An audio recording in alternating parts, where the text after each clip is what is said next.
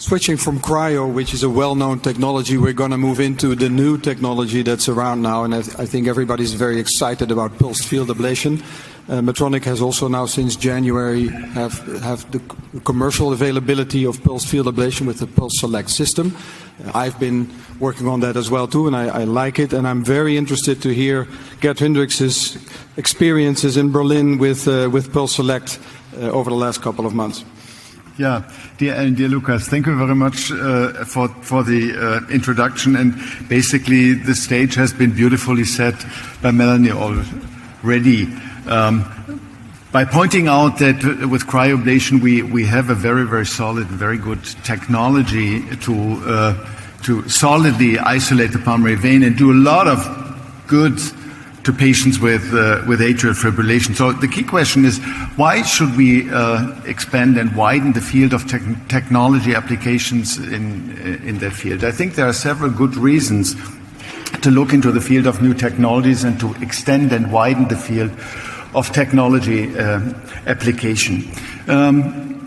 The number of patients deserving pulmonary vein isolation will substantially increase. There are very good data from solid clinical trials showing the strong benefits of rhythm control, early rhythm control in these patients.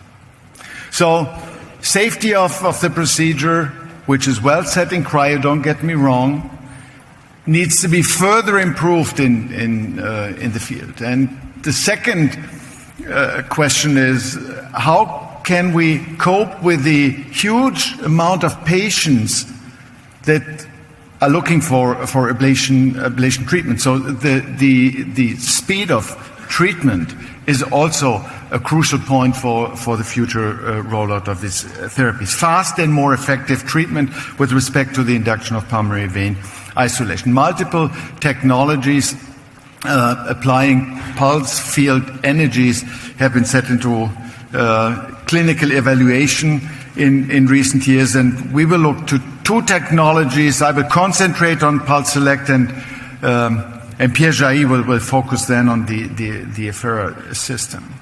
PFA technology is a non-thermal, in principle, non-thermal induction of lesions by the disruptive forces of current strength on the membranes. And that offers if you look to energies, the unique opportunity for very fast and precise induction of atrial lesions. There are three main benefits that in principle could exist with PFA application. One is the preferential ablation of atrial tissue, as the amount of energy that is required in order to affect venous tissues, pulmonary veins, is substantially higher. To affect the phrenic nerve is substantially higher, and also to affect the esophagus is high. So there are good reasons to expect that the energy source offers some benefits on the safety side as compared to thermal modes of lesion induction. And then it's the opportunity to deliver the energy via multiple electrodes by the same site and induce contiguous, homogeneous, and hopefully also durable lesions. The speed of necrosis induction I've already mentioned. And this is the PulseSelect ablation system that has been specifically developed for the application of pulse field energy via a spiral catheter to the pulmonary veins to achieve consistent and durable pulmonary vein isolation. The generator, the catheters, it's important to note that the catheter can be visualized in most of the existing mapping technologies. So the system can be used with the guidance of fluoroscopy, but it also can be integrated in existing mapping technology to visualize the catheter with most, if not all, of the existing mapping platforms. So it offers everything the investigator desires with respect to visualization of catheters. The mode of energy application has been intensely studied in bench testings and also many series of animal experiments in order to optimize the mode of energy delivery with the goal to achieve consistent, deep and durable lesions all around the circumference of the pulmonary vein. And with the application of the dual field PFA mode, there are good data showing that optimal tissue effects can be achieved with delivery of the spiral catheter. Some of you may say, "Oh, I've seen the catheter before. It's the old PVAC catheter." No, it's not. It's the third generation catheter that has been specifically designed for this application, for PFA application, for isolation of the pulmonary vein. And there are some of the features that were known from the PVAC catheters that have been transferred to the third generation circumferential catheters, and others have been added in order to optimize it for the energy delivery. The anatomy of the pulmonary veins is variable, like the faces of people, and adjustment to individual anatomic features is important to achieve consistent pulmonary vein isolation. There are common ostia, there are small ostia, there are bigger and smaller ostia, and with the system and the steerability of the spiral catheter, you are able to adjust for these individual variabilities and go into a sequence of energy application in order to meet the whole circumference of the pulmonary vein, even in settings where common ostia are in the individual anatomy. This is a specifically designed pulse generator for the ablation system. It's easy and straightforward to use. It has some specific safety features and applications with test pulses for phrenic nerve affection in order to add additionally on that side. And it's simple and easy, straightforward to use.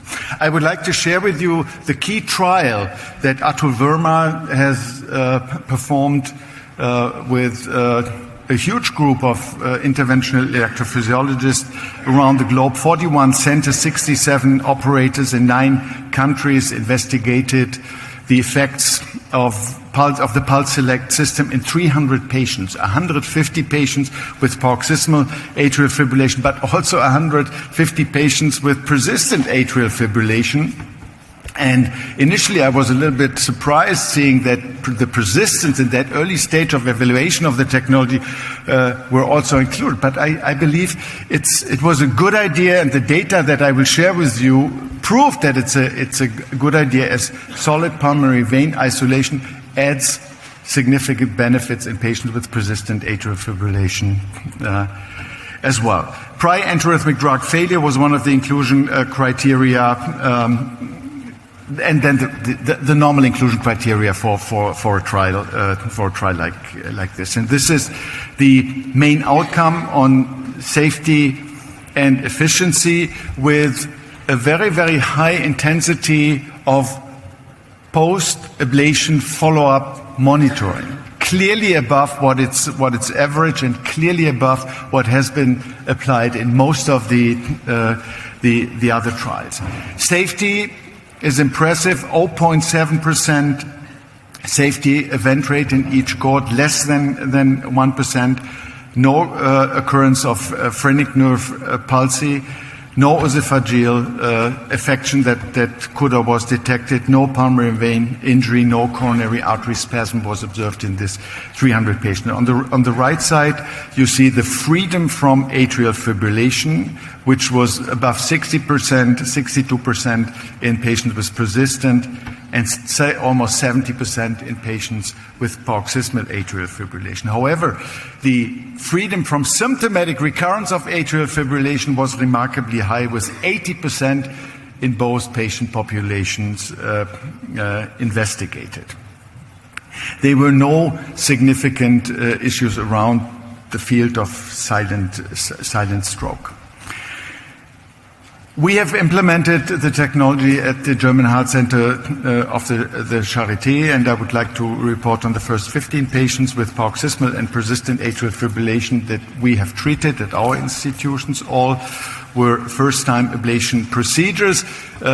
We preferred, as with most other, almost all other procedures, to go without general anesthesia, but go with deep undergo sedation, and we transferred this strategy also to the PulseSelect patient cohort with propofol and fentanyl, and it worked really nicely. We did 3D maps before and after ablation.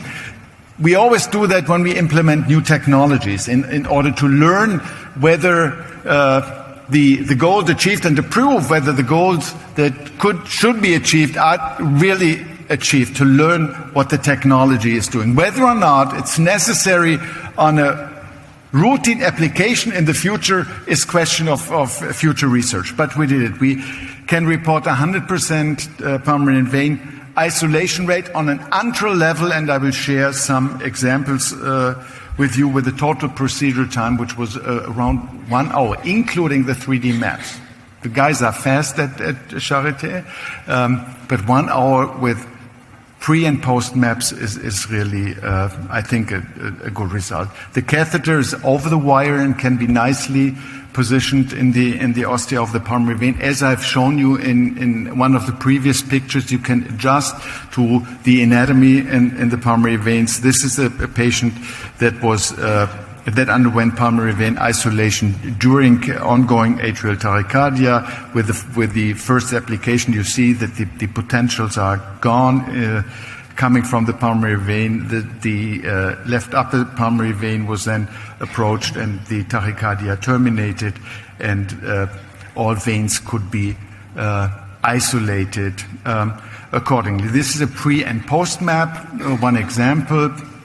And I think it can be clearly seen that there is a homogeneous line and a sharp line between voltage loss and normal voltages around the left-sided and the right-sided pulmonary vein, and we observed that in principle in all cases that we did. This is an example of a gap that we had after the first applications in the right lower pulmonary vein, with slight adjustment of the catheter and application of more energy, the vein could be successfully isolated. So I'd like to summarize. PFA is a promising treatment option for patients with cardiac arrhythmia. We will take an exciting look on the ventricular level in a few minutes from now. This is supported by extensive preclinical and a growing bulk of clinical data. PFA offers efficient procedures, chronic lesion durability, and good freedom from atrial arrhythmias, both in paroxysmal and persistent AF, as it has been shown for the PulseSelect technology in the PulseAF AF trial. The PulseSelect ablation system gives a straightforward solution for fast and effective anatomically guided pulmonary vein isolation. I mentioned before, whenever you would like to visualize the catheter in a mapping system, connect it and simply do so. The clinical efficiency, freedom from symptomatic atrial fibrillation, approached 80% in paroxysmal and was 80% in persistent atrial fibrillation. Safety events less than 1%. And I'm happy to report that the first own experiences at the German Heart Center of the Charité could nicely confirm what has been rolled out in the PulseAF trial. Thank you very much for your attention.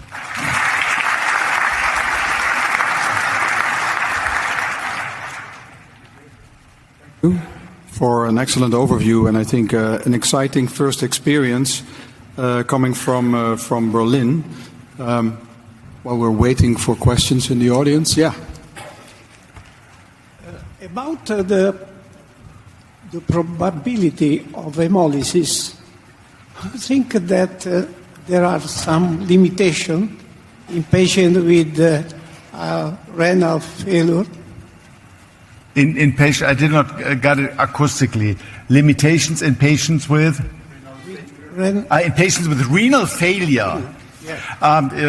So I take this question twofold. One is that patients with renal failure tend to have more advanced fibrosis and may have substrate in the left atrium. With extrapulmonary substrate and pulmonary vein isolation as the only treatment strategy, we may reach certain limitations, but this is nothing which relates to the PulseSelect technology. It relates to all other technology that are directed to the pulmonary veins as well. And the second question refers possibly to the effects of PFA on hemolysis. But to my best knowledge, at least from the PulseSelect trial, there have been no issues around that. So I would not expect a substantial difference in the efficiency in patients with renal failure. I think I would add that what we know from that hemolysis, that it's coming, if you apply more and more of PFA ablations, then this risk increases, it seems, from what we know now from literature, but it's still something that's not happening very often, I would say. Ellen. Got very nice data. Did you, and that's what we're all looking for, obviously either RF, thermal, cryo, were pretty good in isolating PVs. Did you use the catheter for posterior wall or other sites? No, we did not do that, and I would be really careful in using new technologies for a purpose other than initially intended. That's one argument. So we didn't do that. I would expect that you could potentially easily isolate the posterior wall with a catheter. The second is that the data for extrapulmonary lesion sets are not really convincing as a standard strategy. So I've learned over the years, and we did a lot on extrapulmonary ablation over the years. I've learned that solid antral pulmonary vein isolation is a good basis for first-line therapy for patients with atrial fibrillation. That's true for paroxysmal and persistent atrial fibrillation. Whether or not there may be treatment streams outside the pulmonary veins that could also be addressed with the PulseSelect ablation system is a matter of further studies. And I know, Lucas, that you have experience with PulseSelect. Did you address extrapulmonary targets with the system? No, not yet. I think that we are starting to learn what we can do and cannot do with the system. So as you, I'm also careful in the beginning to just follow the rules and see how that goes, and then take that as a stepping stone. In the past, I've done SVC isolations with PVAC, and probably this can be done more safely even with PFA energy, but yeah, we need to take that next step carefully before we do that. Posterior wall, I've seen cases from the IDE trial where indeed, because the pulmonary vein enteral were very close together, that you effectively had a complete posterior wall isolation without any damage to the esophagus. So far there has been no report on that. So I think that we will learn in the next year where we can go and how that will end up. There was one comment that I wanted to make, and you show very nicely that you do conscious sedation, although you use propofol, and I have some experience in my center as well. I must say that this actually seems to work very well without continuous deep sedation or anesthesia, because the muscle contraction that you can sometimes see with other technologies is not really there with this technology. It's just a pretty mild muscle contraction, and also phrenic nerve is something that's very faint. How's your experience with that? Yeah. I fully agree to that. I mean, the 15 patients is a limited first step into the field, but experience with deep anagosidation is a good one, and I believe it's important if you look to the process. If you can avoid involving general anesthesia in all the cases, it supports the process.